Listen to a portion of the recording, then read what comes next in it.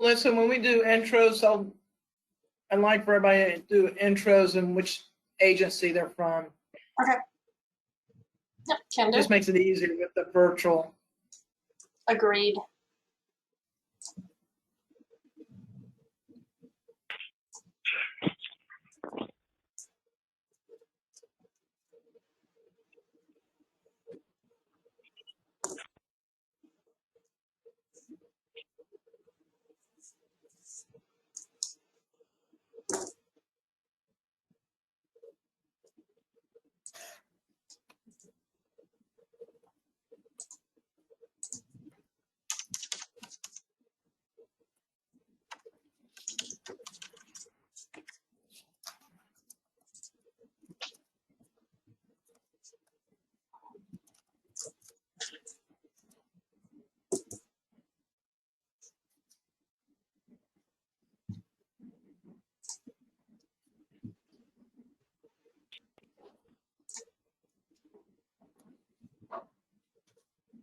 Mike, are you at the Friday DOT meeting?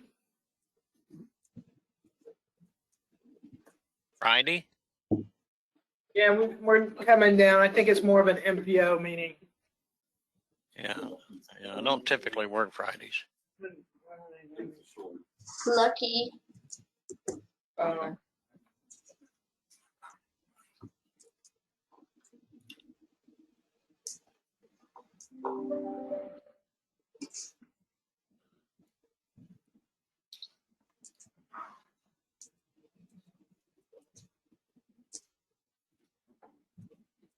We have a couple more minutes. Oh, Venkat's here. We can start.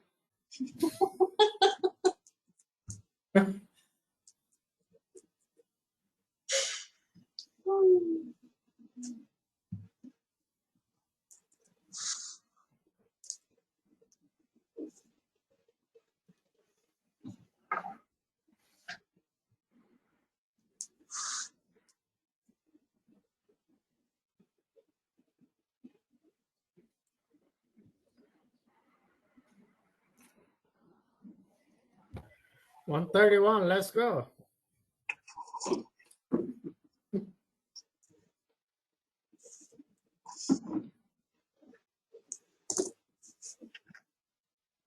All right, we'll go ahead and get started to the January 26th Pasco Committee Traffic Safety Team meeting.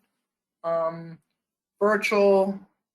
Next month's will be live at Starkey Ranch again, hopefully doing a helmet training at that location. My name is Tina Russo. I'm the active transportation planner for Pasco MPO and chair. We'll go ahead and go around the room, and then kind of go from there. I have two folks from Pasco MPO I'll introduce at the end.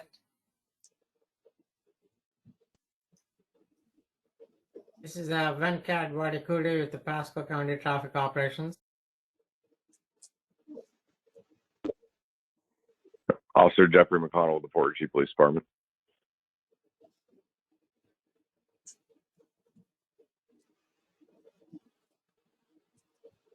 Lieutenant Jackie Rux, FHP in Pasco.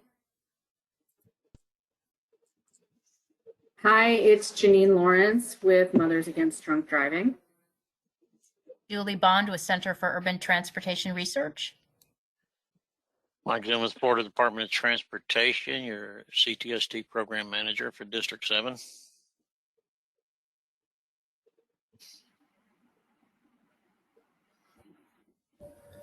Dan Fenstemacher with the Pasco Sheriff's Office. Hello, Renessa Martinez with Johns Hopkins All Children's Hospital.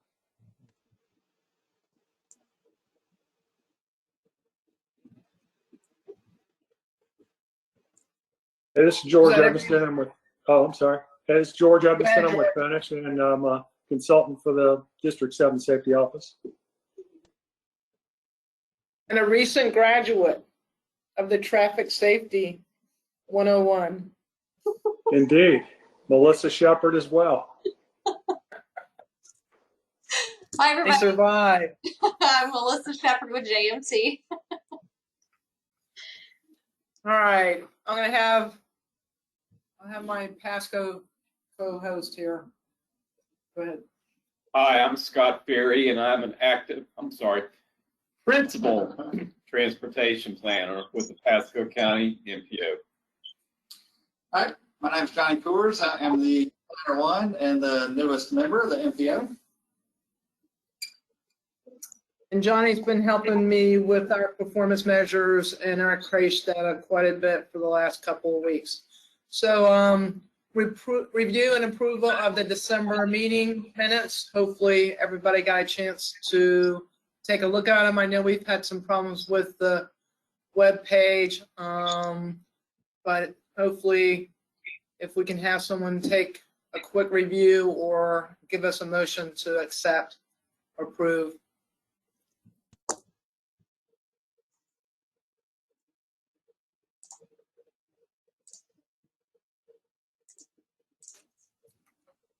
Anybody want to make a motion?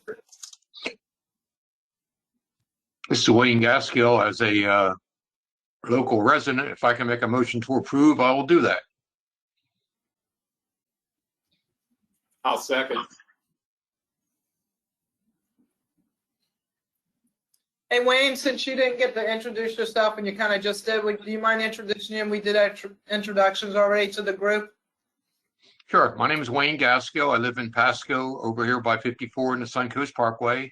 Joined in here a couple of months ago and look forward to chatting with everyone. Thank you. Thank you, Wayne. So we have approval. Let's go ahead and go to old business. Our problem identification. Cleaned up a few of these last meeting. So, and Melissa's gonna throw them up there for us. We took a few of these off. I was ready to go and then. Chop, chop, Melissa. Chop, chop, chop, chop. It must be the website, Melissa. It is the website. It's always the website. So we'll go through some of these.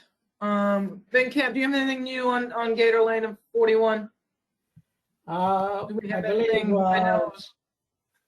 We have the final photometrics done, combining. Unfortunately, this intersection has two different utility companies, but we were able to pull them together. They have the final photometrics. It looks like Duke and Gatorland. They provide their information. We sent it to FTOT, I believe yesterday, or I think yesterday, for their review for approval.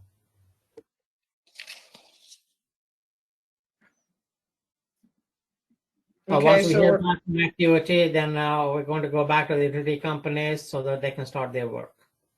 okay, good. So this one's been long coming. Lots of. And Venkat, if you have any issues. conversation with Duke or Rec on this one, just to give you a heads up, I am waiving the permits for these jobs. Oh, thank you. I'll make sure I'll tell them. Yep.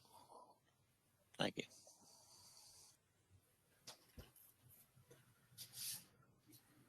Good. And then Little Road and Rice Street. Again, I think this was a lighting project, right? Yes, I had to wait for Peter Schuh's money. So we will, I know we have the JPS in for the 54, 56 and Bruce B Downs. So which are going to the board in February. Based on the amount of money which we're using, Peter said he should be able to accommodate, allocate the remaining for the Little Road. Good. Can I ask you a quick question on this one, Venkat? Yes. Almost down near the bottom where her mouse is, it says Venkat stated they are working both with Duke and with the Coochie. Is this another one? They have a split one, or is that just a mistake on? Yes, like I said, we are going to same thing like we did for 54, 56 and Bruce B Downs. we are going to do the photometrics in-house, and we're going to share with FDOT and of course with the Kuchi. Of course, again, that Little Road is going to be broken down into two pieces because some section is a Duke and some section is with the Kuchi. All right. I just want to make sure it didn't follow from the previous one. No, it is unfortunately the same fashion. It's just a coincidence. It doesn't happen very often. Wow. Yes. County Line and Waterfall Drive. This is at the county line north.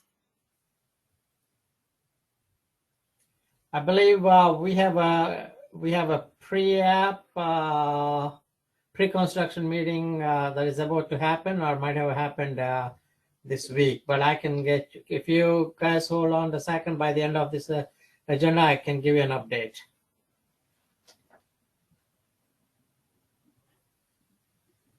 Okay. And then 54 and Collier Parkway.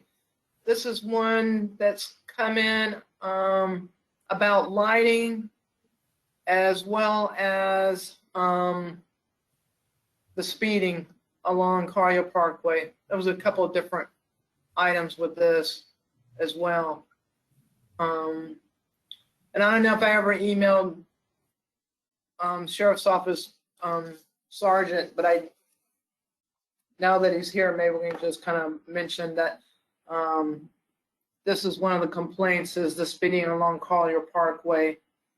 I'm sure it's that section where there's no signalization that happens just north of the park there. And it becomes from 4-lane to 2-lane, which usually that adds to it as well. 10-4. Any thoughts on lighting on this corridor at all? Like I said, the 54 corridor lighting, I know we're working, how to go back and look at the limits of the current JPA, how far it is going from. But what we can do is, if it is not included in the current JPA, yeah, this is Collier Parkway. No, I know. But okay. if add to it? No, we cannot add. But of course, if it is, I believe it has an existing lighting and some corners. If it is not, we can go ahead and pursue as a standalone intersection lighting project. I can work with Peter and Michael Jen, and we can go ahead and go through that route. Especially up to the park there, just north. That on Collier, I do not have anything right now that is planned. Okay. We have a lot more higher priorities, and we look at the crash data. So depending on it, definitely it is on the list, but we don't know. But definitely, if it is an intersection lighting, yes, we can pursue that right away. Okay, thank you.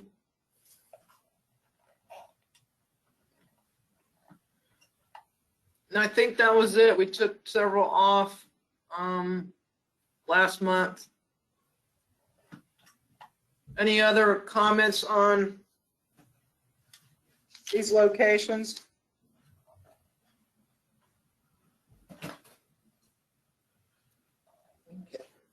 So, education, Julie and George, do you guys have anything that you want to add? And then I want to we'll talk about, I'd like to show that video about bike lane separation, if we can, that you guys actually have on your website just for the group as well. But anything new for education that you guys are working on? Tina, just an update on SR 54. We still have the geofencing going on, and the survey is still up. And I think we have over almost 9,000 surveys have been completed with thousands of comments. So I've been working with Mike Zinn on that project, and we'll be compiling all the data, and it's looking like some really great feedback for us. And we have, again, gone around and visited the businesses with some information cards. And so that education is still happening and going very strong. And then, let's see, George, do you want to update on schools? I guess, well, I guess Christian is doing most of the Pasco schools, and he's just was at Wiregrass High School, but he's trying to get in, as you know, Tina, with all the Pasco high schools, and he's been very successful on that. So that is still going strong. And sorry, typo. And Go Mike ahead, or sorry. George, yeah, Mike or George, did you have anything else to add to that? Yeah, I can give a little bit of the numbers on the State Road 54 campaign. Out of the first 2,500 comments, which I shared a chunk of those with Lieutenant Rux, but since Brenton did a good job of this, I'd like everybody to hear at least what some of the comments are out there.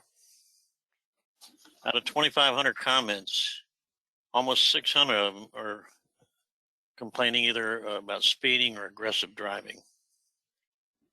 The next highest on the list was 340 with traffic signal issues. The next highest on the list was growth and development comments. A lot of people complaining about too much growth too fast. And the next one was the law enforcement complaints. And it's not just complaints, but also saying how much law enforcement is appreciated when they are out there. But there was 318 people on those. And then there was only 137 people made comments about bike and ped issues. That's just out of the first 2,500 people. And like Julie said, we got over 9,000 so far. So if this is the trend, I think this is what you're going to hear. So Mike and Julie, when we kind of get closer to finishing up on this, when you compile those, can you send us something to the MPO so we have those kind of in a rich document as we pursue different projects? Sure. Yeah, I'm going to share. Yeah. I plan on sharing these with your MPO, with everybody here on this committee, and with the Florida Highway Patrol, as well as our own people. This is all very valuable information. So this is all coming from geofencing. So it's obviously it's an effective tool, and DOT is going to be using it quite a bit from here on. And your sign, your digital sign that's at just west of Suncoast Parkway is no longer working. So. Oh, thank you. I'll make sure somebody knows that. I meant to send you an email, but since you're here, that's the one. That's the one just past the crossings. Yes, correct. Okay. Thank you. Julie, any comments for our LCI in February? Yes. So we will be running the LCI in February. We have 8 candidates signed up for that. It will be held, though, at USF. And so we thank Tina for holding all the Traffic Skills 101, because that pool of individuals is where came from the Traffic Skills 101. So that's all set and ready to go. And each person who takes the LCI course, we're asking them to provide some classes in each of the counties. So I'll be keeping you updated on that. But that is the reason we do the LCI, is that we hope that the instructors will turn around and help us teach, and there's different types of classes that are, children, adults, on-road. There's really great curriculum that they're learning, even maintenance. So that will be happening, and we'll share some photos and fun stuff from that the first weekend in February. And then we also will plan on doing some more TS 101s upon request. So if people request a class and they want to do Traffic Skills 101, we'll be available to do that also for you. So some good education will come out of this. And I also And then- do want to mention on the other part of that, so we do have the Love to Ride Florida Bike Month campaign coming up again. And so we want to encourage everyone to sign up. I know Tina has an MPO team, but we will have a District 7 leaderboard again. So this year we're just doing that for the March Florida month. And there's going to be great prizes and classes and all kinds of rides. And so right now in Pasco County, we do have the Dade City Mayor's Ride scheduled for the last Friday in March. I don't have my calendar up. I think that is the 28th, but Melissa checked that for me. So I hope everyone here will come because that's a first, very first time Mayor's Ride in Pasco County, I believe, right, Tina? Yes, it is. Yeah, so Mayor Hernandez is going to ride, and we're very excited to launch that. And we're looking at also still getting bicycle-friendly businesses enrolled. So again, if we're hoping the MPO will do that, and a lot of the private sector businesses in that, so we can really get the bicycle-friendly part of what's been happening in the other two counties up into Pasco County right now.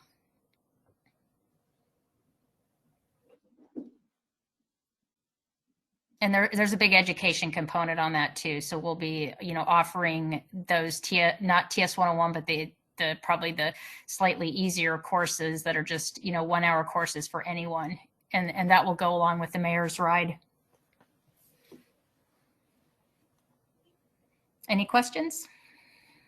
Hi, this is Wayne. I don't know if this fits here or not, but maybe it fits at the end of the conversation. But under education, about 2 months ago, I myself was personally rear-ended, and I wasn't really sure what to do with that. Okay, and what had happened is because it was not a life-threatening or major incident, and because it was on a State Road 41, and because I had a rental car, I really had to wait for about 4 hours for Florida Highway Patrol to come, and they never did come until 3 o'clock in the morning to my house, and which they did a fantastic job. I know they're understaffed, but when that accident happened, I wasn't sure I did the right thing. And back to education, it's a common sense thing, I guess.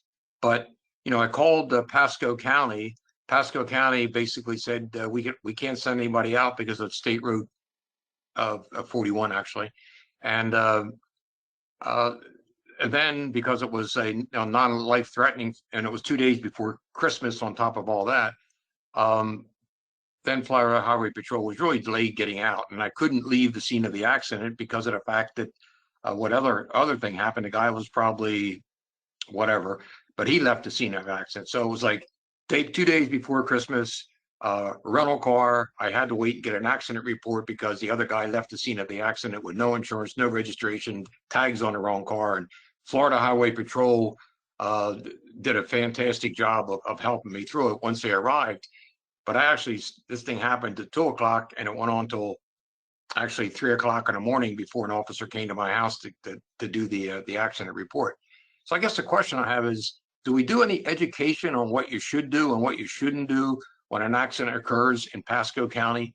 And again, I apologize. If this doesn't fit, I'll hold it to the end. So any comments on that would be greatly appreciated. So I will certainly take this one. I'm very familiar with your crash. You and I discussed it via email. Can everybody hear me? I can. Okay. Okay. Yes. So you did absolutely everything right. You did what you're required to do, especially when you have a rental car. I know that they require documentation and, the report number and everything when you're involved in a crash. As far as the response times go, we are wholeheartedly working on solutions to get more staffing. Because at the end of the day, we're working with 3 troopers per 12-hour shift. And they were fantastic. And it's just the part of getting there is the problem, and having enough troopers to get to people in time is the problem. And, we're doing everything humanly possible. Jacqueline, what I'm not really complaining or trying to bring that up that way. I'm just trying from an educational standpoint, if someone not familiar with Pasco our younger generation being trained to drive safely. I'm just trying to say there ought to be some education on what do you do if you have an accident in our county. And you know, I've been on the road for many years, and I knew that certain things I should do. But there is a challenge between Pasco County Police and State Road 54, you know, the Florida Highway Patrol, when you have accidents in the area here because of the amount of people here. I'm just saying, when we're doing this education, maybe there's a chance that we could educate people on what to do when you have an accident, because it is not so clear to me. Okay, that's not really true. It was clear to me, but I was thinking, what if my son was here and had an accident? You know, I'm just saying, I think there should be some education on what to do when you have an accident in Florida, or even in this case, Pasco County. And that's where I was trying to go with it. And I just not Right, sure this is and right. well, and hopefully you never get another accident. But I would say most importantly with your particular situation is always up front. Try to get the person's information. Try to at least get their driver's license number, name, address, telephone number. If they don't have any insurance, document the fact that they said they don't have any insurance, get the tag number, get all, I mean, and if they're not willing to get you that information or give it to you, at the very minimum, try to get a tag number. So we don't, you know, so we don't have a situation, but it's always up to the other drivers to exchange information. And then I understand that, Jacqueline, but what I'm just trying to say is, if in fact that person, you know, if I had to do this again, okay, I think what I would have went back to Pasco County Police and said, hey, I got a guy that left the scene of the accident. He might have been impaired. He might have been this, just to force them to come out and say, hey, this is more than just a fender bender. We had a problem here with someone leaving the scene of the accident. And I'm not sure what that process would have been. And again, it's back to trying to educate folks on what to do in the abnormal situation. Okay, so I don't want to go down a rat hole in this thing, but I'm just saying is, yes, sir.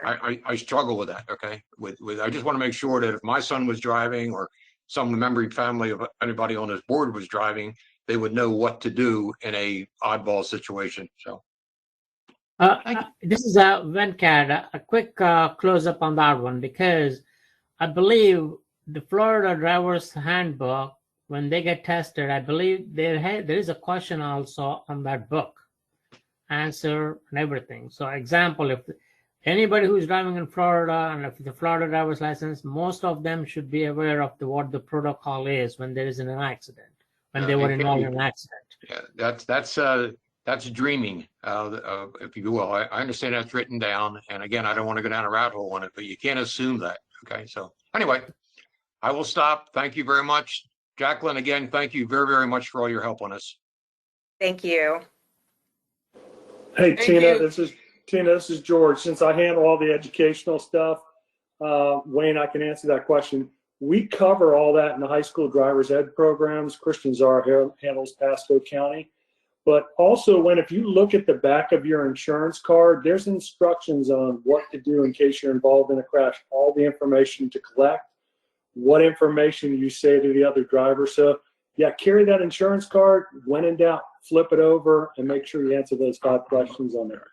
I appreciate your comment there, and I agree with that. Okay, all I'm trying to say is, when you have an area covered by Pasco and an area covered by Florida Highway Patrol, it's not a clear-cut answer. Obviously, you know, the things on back of the insurance card and back of license, you know, swap your licenses back and forth, et cetera, et cetera. But when you have a driver that leaves the scene of the accident and you can't get certain things, and you call Florida Highway Patrol and you call Pasco County, you got to make sure you say the right thing so you get the attention of those folks. And that's what I'm saying. And I'll stop there. Okay. Well, unfortunately too and this is what you and I discussed, is a lot of people, a lot of Pasco County citizens don't realize that the Pasco County Sheriff's Office does not work traffic crashes. And we spend more time a day explaining to drivers why there's a deputy waiting with them for 4 hours and can't give them a report number, waiting for a trooper to come, because and there's even county employees and members of the board that don't know that the Pasco County Sheriff's Office doesn't work crashes. And I don't know if that will ever be publicly, portrayed. Well, yeah, and I think you're right on the target where I'm at. Okay, and that is back to the gentleman. I can't say your name, but I can see you sitting there, who does education. That's something that should be at least discussed. Maybe not on the back of the paper, but on when you do a verbal presentation, say, hey, this is what happens in Pasco. I don't know if it happens that way in Hillsborough. And anyway, it's an educational flow out, if you will, so we don't waste the time. Not understanding that Pasco doesn't write tickets. You got to wait for the Florida Highway Patrol if it's on I guess a major highway. I'm not even sure what all the terms and conditions are. But in any case, that's the problem. We don't need to solve it now, but I think there is definitely an opportunity to do better education on what to do between Florida Highway Patrol and Pasco County, even from a speeding ticket standpoint and to an accident. And God forbid, if you get an accident with a rental car, hallelujah. So thank you for your time. But education, I think there's an opportunity there to better educate. Appreciate it. I'll be quiet. Thank you. Along education, Renee said we have a helmet training, I guess, coming up in our February, before our meeting, I guess it was. Yes, ma'am. That is what we agreed on. We have it for 11:30, and I do have a flyer. I'm waiting for Petra to just approve it, and I'll send it your way, and then we can send it out to some other people. I did want to ask you, would it be okay to let others from other agencies join? Yes, please. Okay. The more the We merrier. have a few. Okay, we have a few individuals from Early Learning Coalition, teachers who are interested in getting the certification or to receive the training. So I think it's about 3 other people. So I wanted to see if that was okay to send it out. And so that sounds great. And Renessa, can I add that you're welcome to invite them to stay afterwards to the CTST meeting? Of course, I will let them know. Yeah, I mentioned that to you yesterday in yesterday's meeting, but if you got any, and this is on 11 o'clock. Yep, we're doing it right before our meeting, so we thought it'd be better before than after for timing purposes, especially for the library. Yeah, that's on next meeting on the 23rd, correct? Right. Yes. That's what I Yes. say. Without the website, I'm kind of lost. Oh. And this is held at the library. Go ahead. Yes, at the Starkey Ranch Theater Cultural Center Library off of Lake Blanche. Okay. And I'll send an address out with it. Any other education from the group? Yeah, this is Janine with MAD. Just giving an update that I'm continuing to do my Power of Youth and Power of Parents education programs in the county. I'm scheduled with my driver's ed instructors for the semester since it's a new group each semester. So I had one, I think, starting next week, and we'll be going through the semester there. And I'm working on, and I'll keep you guys updated when I have the finalized, everything finalized, but our MAD National Power of Parents kickoff that we do every April for Alcohol Awareness Month may be taking place here in Pasco County, which will be a big deal for our organizations. We had it scheduled 2 years ago, and it got canceled last minute because it was 2020. So we're hoping to reboot and be able to do it this year. So once I get that okay, I will let you guys know, because hopefully many members from our group here can attend and be part of that program. So that's my education updates for our county. Jean, can you send me that information on where you're going to be at with that program? So I just maybe can. Once it gets finalized, we don't have everything approved yet at the location. So it's pretty sure, but I don't want to put it out there until, but it should be good, and I will be sure to send it to all of you. Thank you. Thank you. Enforcement,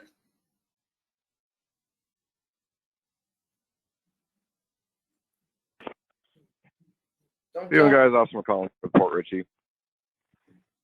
So I have a few things. Recently, we have our HVE, our high visibility enforcement with our bicycles and pedestrians. We did 4 enforcements total for January. I handed out myself 24 bicycle lights to cyclists that actually didn't need them, issued a warning. 3 pedestrians were stopped running across US 19. They were educated further from that.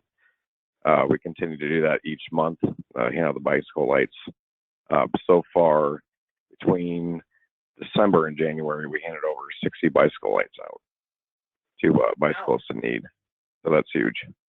On a separate note, we did get our DUI grant through the state. So we have an intoxilizer on the way to be sent to the Florida Department of Law Enforcement. That'll hopefully soon be installed here at the police department on Ridge Road, so we can start utilizing that. We did our first mobilization on New Year's Eve, which resulted in 1 DUI arrest. I did 6 hours of that because I worked all day previously. We're doing some education for DUI social media posts in January, and then we're going to do another mobilization for the Super Bowl. Working that evening, we're going to have 2 or 3 officers out looking for DUI specifically. On the DUI note, that was that, and then we have a meeting with George Edmondson on February 10th in FDOT for another education program for enforcement on US Highway 19. Great job. Thank you. Yes, ma'am. What is your name again that you was just speaking? I couldn't hear you from Port Richey. You're good, baby. That's Officer Jeffrey McConnell, Port Richey PD. Mm-hmm. Jeffrey McConnell. Okay. Yes, ma'am. Thank you. You're very welcome. And we have myself and Sergeant Williams are kind of spearheading this for the 2 DREs for the agency.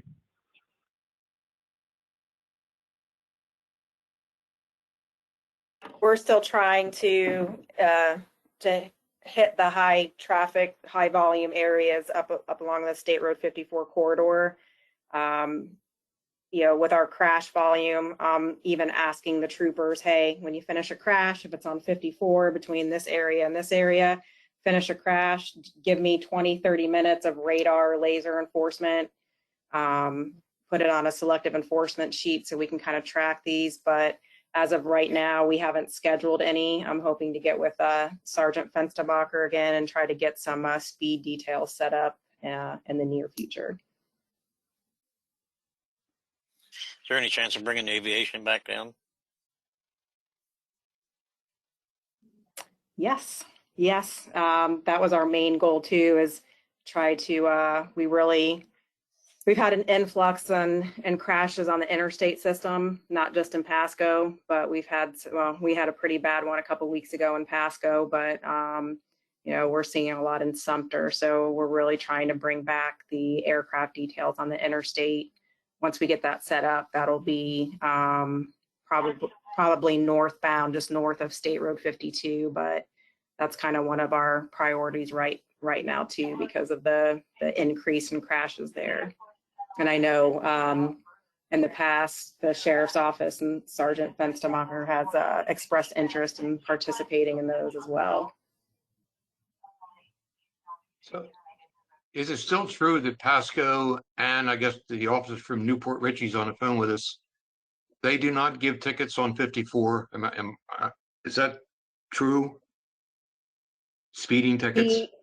They do. They can. Pasco County Sheriff's Office, they do traffic enforcement. They can write any type of traffic ticket that the Florida Highway Patrol does. They just don't work any accidents, no matter where it's at. It could be in a residential area. Gotcha. Thank you. Their agency does not work traffic crashes. But as far as enforcement, speed, DUI, things like that, yes, they do.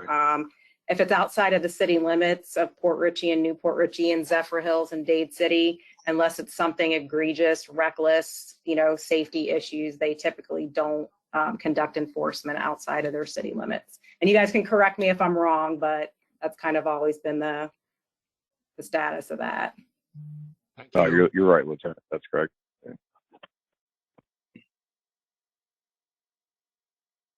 Lieutenant, your commercial carrier trooper has been doing some great work on 54. I tell you that. I'll second that because I've seen more Florida Highway Patrol on 54 and people being stopped. So I certainly appreciate that myself personally. Thank you. Your commercial carrier guy's done a great job, boy. They're focusing on State Road 54 also, and they've been trying to hit the Suncoast Parkway too, which is going to be another concentrated effort because we've been receiving multiple complaints on that area as just being an open raceway. So we're trying to get together because that's actually a separate troop. I don't know if anybody knows that, but the troopers on the Suncoast Parkway, they don't belong to Troop C. They belong to Troop K, which is our turnpike system. So that's another, special detail that we have to get together with them. But there was, I think, 3 separate accidents alone on the Suncoast Parkway in Pasco today, and maybe the weather or whatnot. But the speed out there, just personally, I've seen it, has gotten a little ridiculous. So I think you guys can kind of account for that too. Yeah, Jacqueline, I'll tell you, like a month ago before Christmas, when you had that effort here, that really cut down on the actual high-speed bikes and little cars that make all that noise. So that was well appreciated. And again, it's enforcement, and it's certainly slowed it down. That's for sure. Thank you.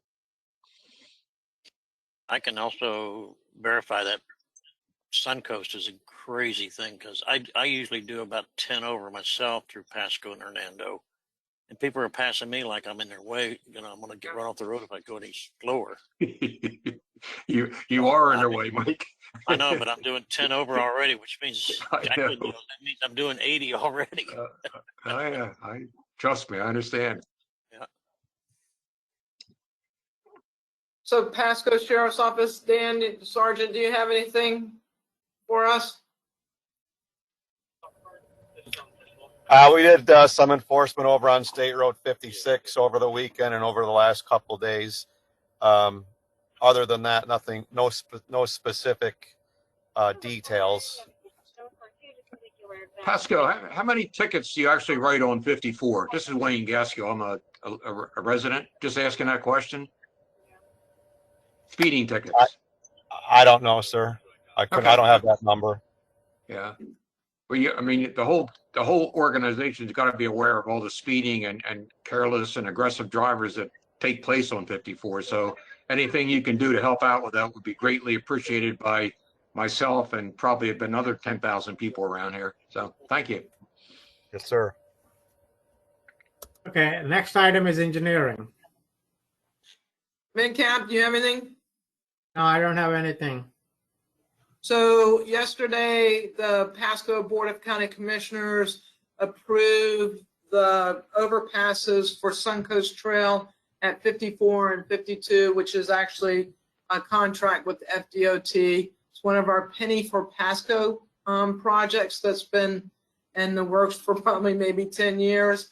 But both of those are in design, especially the one at 54, with construction starting for the trail overpass at 54 and Suncoast, and probably sometime this year, just to give everybody a heads up on that. So that's going to be a trail that goes over top of 50, over the Suncoast Parkway by bike? So it's going where the trail is, just west of the Suncoast Parkway. There's a at-grade trail crossing now that's pretty dangerous because of the on and off ramps for Suncoast Parkway. So there will be an overpass basically in that same location that will take people over 54 instead of them crossing at grade. We will leave the at grade crossing because it's still needed for people to move east to west on 54, especially folks that work at that little McDonald's and Starbucks and stuff. So people will still have to be able to get to those places.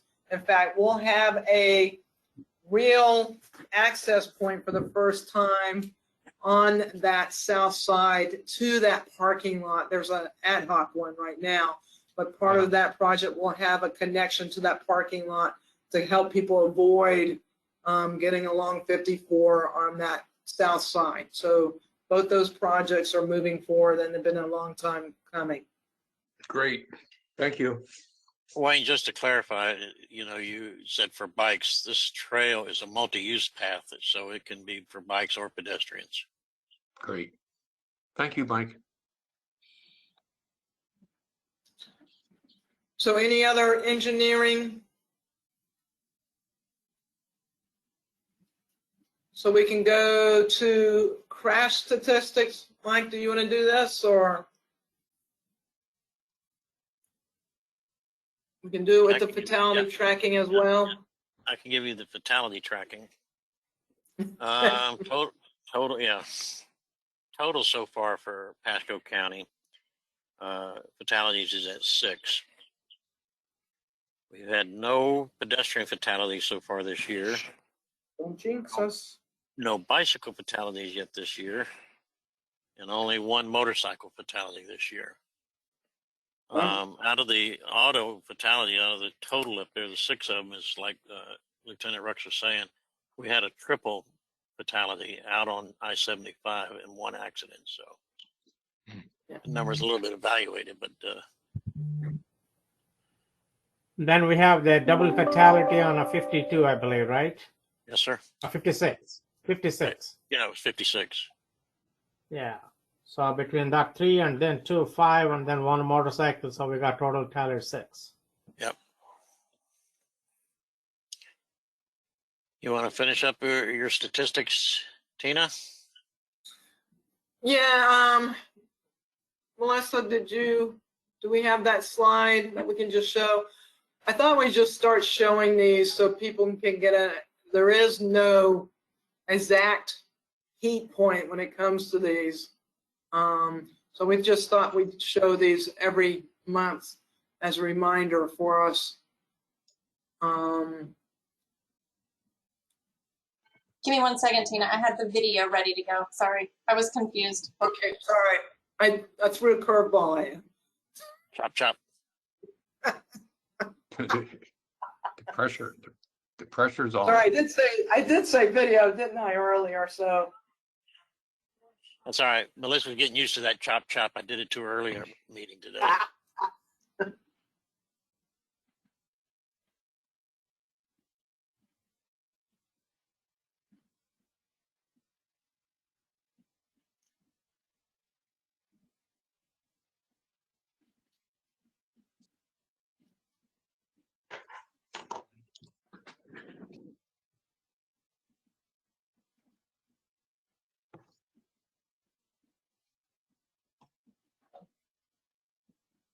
So these are last month's, I think, fatalities that I sent you, right, Melissa? Yes, here we go. Found it. I was having a panic. Okay. And I think, again, this is signal 4, but like, do you want me to zoom out so you can? Yeah. Because some of them are to the east and you don't get a real good look at them. So 2 on 52, I believe, right? 1 off of 19, and then there's that one that was on 75, which was the clipping of the semi truck, right?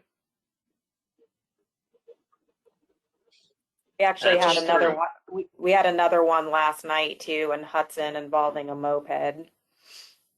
Right, I saw that. The F-150, yeah. So these are, I figure we'll just kind of keep tabs on these. Because I know the MPO, and the reason Johnny and Scotty are sitting here, we're trying to really figure out if there's some problem solving that we can do with projects and programs and funding to start helping with the enforcement and everything else to put them all together to kind of see if we can do anything about this. We went from 99 to 107 when driving miles lessened, so we gotta see if we can figure out something here. along the way. And we know 19's just a bad one no matter what. So, but these are the ones from last month. And then we'll kind of just put these up every month and kind of look at them and kind of go from there. Instead of just throwing numbers out there, I'd like to know where these things are happening. The last month means in the sense of December 2021. So Melissa, what date you have on there on Sigma 4? It says January 1st, 2000. So it's this month. Yeah, it's this month. This is 2011 to January 19th, 2022. Yeah, Okay. Something wrong there, okay? Yeah, 2011 is not right. This is so far just this year from what I see, Yeah. and it's pretty much in line with what my CDMS is showing. Yeah, what I'm trying to say is, to make it clear, it's not worth showing this whole county map on this meetings because it's not easy to read. So just a simple table is better.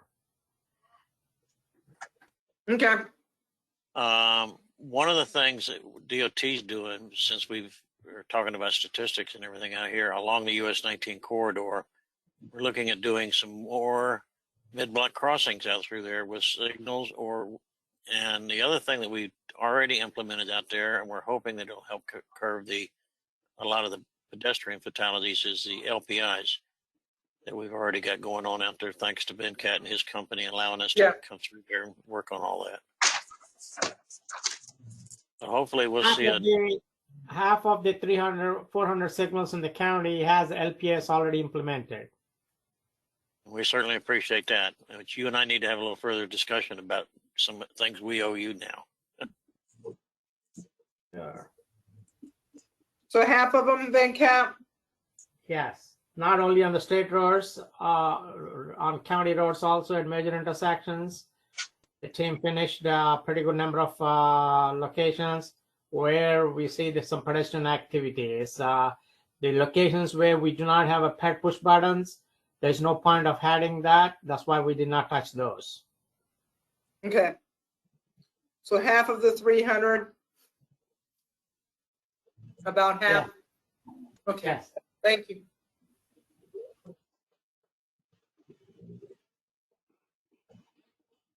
Any other information on crashes and then we'll move on to one of the videos that's actually on the FDOT website concerning, and this is a little bit of an education on separated bike lanes, a little bit of difference between a painted line and some other different ways of separating folks from traffic. So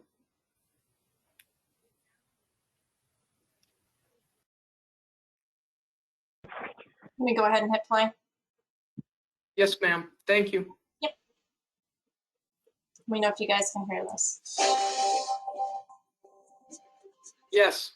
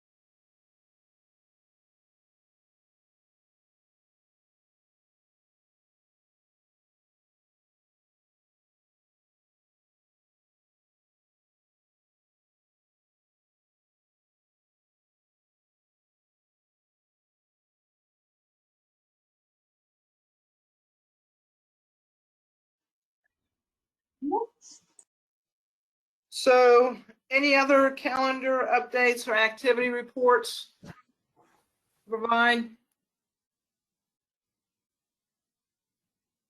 This is Janine from MAD. I just put one in the chat box for our MAD, Walk Like MAD, March 25th at USF. Thank you. Thank you. Julie, are you still offering that course through? Which course? The one that I recently took that talked about the vocabulary crashes. Oh, yes. Yes, that is still open. I think we've had about 250 people sign up, but we still have some more free registrations if anyone's interested. Can you put it in the chat box real quick? That was, you guys, that was a really good course. I took it. I was surprised. It's really good for anybody to take that course, and it takes about 45 minutes to an hour max.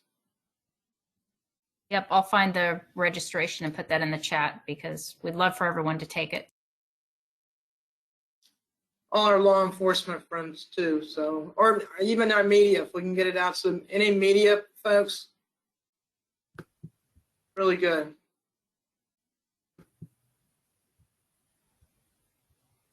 Anything on safe routes to school, Cap? Do you have anything? No, I don't have anything on that one. I know we have a couple of projects under safe routes to school that are sidewalks that Pasco's in the process of, but that's about it when it comes to safe routes to school. They're under design with the construction in 2026. That's why I'm not mentioning. So Julie put in the chat that information for that that course, really great course for anybody to take. And then any other announcements, open forum? Incredible. I've got a couple things here for the open forum. Our safety campaigns for the month, January 1st through the end of February, it's a 2-month one, is a move over campaign. Actually, we have a PSA. It's on our website, but it's also being broadcast on WEDU, I think. It's a public service, public TV station. January 1st through the 31st is Driver Safety Education Month. January 1st through the 31st is National Human Trafficking Prevention Month. If you guys saw the last newsletter, you'll see that we do have that big issue here. Jacqueline will tell you FHP does a great job on tracking these people and getting them off the interstate and freeing those slaves. One other announcement I'd like to make on, it's been finalized on a date for when we have our big in-person meeting for all the CTSTs. It's going to be April 27th, and location is still to be determined. Ms. Russo and company's working on trying to find us a large enough location for that to be held in Pasco County. One of the things that we need to do as this group, and the other groups have already gotten some of the same information, what I would like Tina to do is either set up a committee or spearhead it or just do it, make it happen, is highlight all the things that we've done in the Pasco CTST to present at this meeting.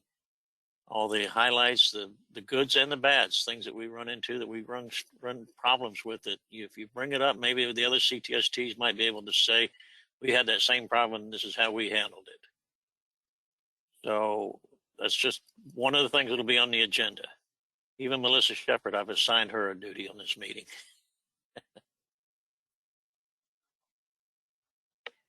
And I don't know if George, you've been quiet today. You okay? Well, you've been keeping me quite busy, so I've got 3 different tasks going on at the same time. But yeah, like I said, we've got a lot going on, and Pasco County, yeah, we hear about all the great things you're doing up there, FHP, fantastic work, and looking forward to seeing everybody at Port Richey PD, Sergeant Fenstermacher, including Zephyr Hills, Dade City Police Department, Florida Highway Patrol. So we have a big meeting to discuss the future of traffic enforcement up there in Pasco County.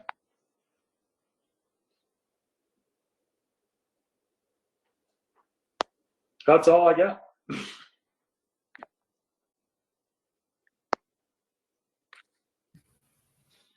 Okay, So- thank you all. I have another meeting I have to jump on. Thank you all. Say that again, Camp. I got to step out. I have to jump on to a different meeting. Thank you all. You all have a good week. Thank you, Thank you, Venkat. Camp.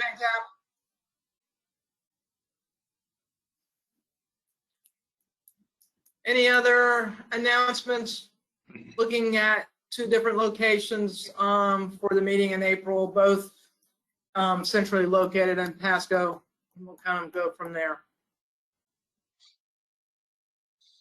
Not anything else. We will adjourn. Look forward to seeing everybody in person in February at Starkey Ranch Library Cultural Center on February 23rd. Don't Thank forget, you. don't forget it's the helmet fitting the same day, but starts at Helmet 11 fitting. o'clock. Helmet fitting for lunch. Thank you very much. Have a great day. Bye-bye. Thank you. Bye, everybody. Thank you. Bye. Thanks. Bye. Thank you all. Thank you, everyone.